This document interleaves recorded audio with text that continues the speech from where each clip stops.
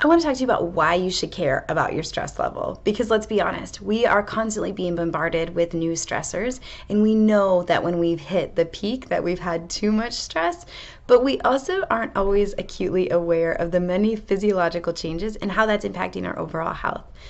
If you're new here, I'm Rita Johnson, owner of Divine Mercy Nutritional Care, and I help women with reproductive health issues identify the root cause and help them to feel better than they thought possible.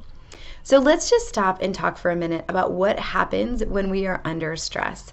As our body responds to a stressor, whether it's physical, emotional, or mental, we immediately respond by producing cortisol. And cortisol tells our body it's time to fight, or freeze. As a result, we become more alert.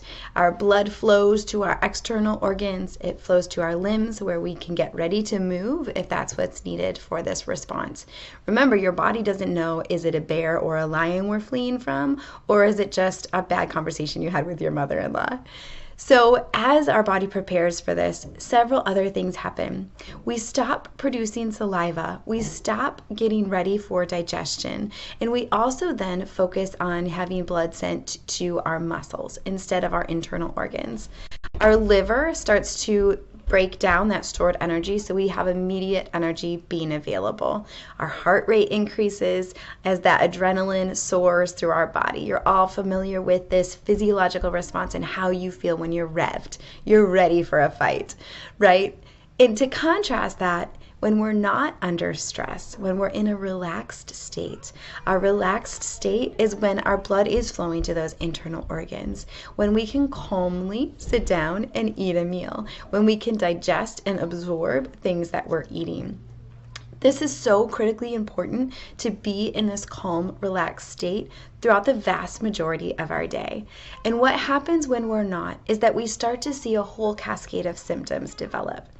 If we're never in this calm state, not only just for meal times, but all throughout our day, anytime we're eating, the body doesn't know what to do with this food. Truly, it's either just putting it into additional fat stores because it's worried that you're not going to be able to eat again for a while, but also as that cortisol level is surging throughout our body. Cortisol is in direct competition to your sex hormones.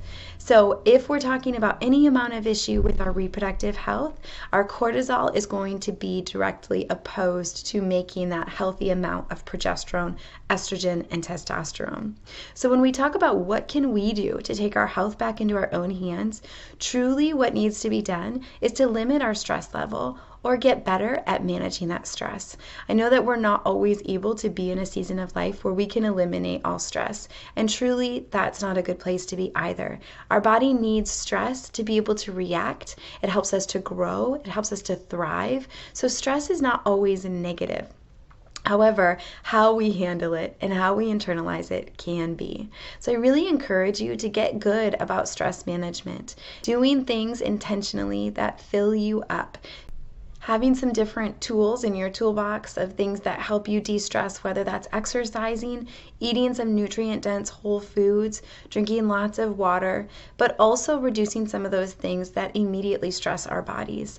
Things like caffeine, alcohol, and sugar, and inflammatory foods in general. If you like this video, please like and subscribe it, and feel free to reach out if you have any other questions. I do also have an email series where we talk about stress management and some different tips you can do to incorporate this into your daily life. Sign up for my emails if you're interested in that.